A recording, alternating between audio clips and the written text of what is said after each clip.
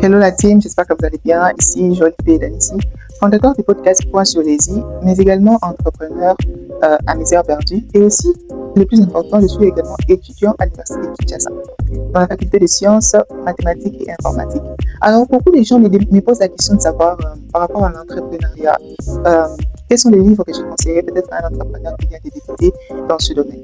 Personnellement, moi, je suis entrepreneur depuis 3 ans. Bon, je suis dans l'informel, je ne suis pas bien structurée, mais au moins, cela me permet au moins d'avoir quelque chose, en tout cas, dans mon business de parfum. Alors, je suis, comme je venais de le dire, entrepreneur et je cible plusieurs domaines, mais je suis plus actuellement dans le domaine de parfum. Et s'il y a quelque chose que je peux recommander à quelqu'un, c'est la lecture. Premièrement, c'est le livre de Robert Kiyosaki, Père riche, Père pauvre. Père riche et Père pauvre, donc c'est un meilleur best-seller pour un début, pour une personne qui vient de débuter dans le business, bien sûr. Alors, le second, c'est également ce livre que je vous montre, c'est le livre de Madame Nteya Iolo Naomi. C'est un très bon livre que j'ai à lire. Et dans ce livre, vous allez voir, là, c'est sa biographie derrière et la description du livre que vous pouvez bien checker et voir. Quand j'ai lu ce livre, en tout cas, j'ai eu des réponses à plusieurs de mes questions. Je me posais la question de savoir avec quel fonds débuter, comment structurer mon entreprise, comment amener les choses à ce que je puisse vivre réellement de ce travail, même si c'est encore dans l'informel. Alors, ce livre va beaucoup vous aider. Je vous assure, si vous le lisez, vous n'allez plus rester les mêmes en tout cas. Ce livre m'a beaucoup aidé.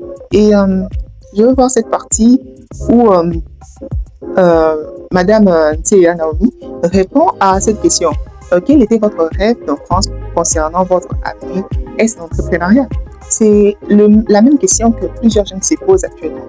Donc, il y a des jeunes qui sont très intelligents, qui voient peut-être leur vie quelque part d'autre, peut-être dans un bureau ou peut-être chez Vodacom Orange, mais vous vous retrouvez dans une phase où vous devez faire en sorte que votre intelligence puisse être rémunérée correctement.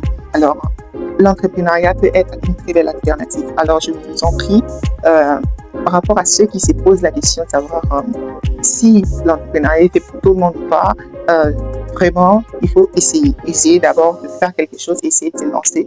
Et par après, vous pourrez juger de vous-même si vous êtes apte à rester dans ça ou à chercher un emploi plus formel. Merci. Sinon, c'était 7 minutes où on parlait à cœur ouvert. Et je vais commencer à faire des petites vidéos comme ça où on va parler à cœur ouvert. Toujours par rapport à notre podcast Point sur les i. Pour ceux qui n'ont pas encore eu la chance de suivre les 3 premiers épisodes, je vous invite à le suivre sur notre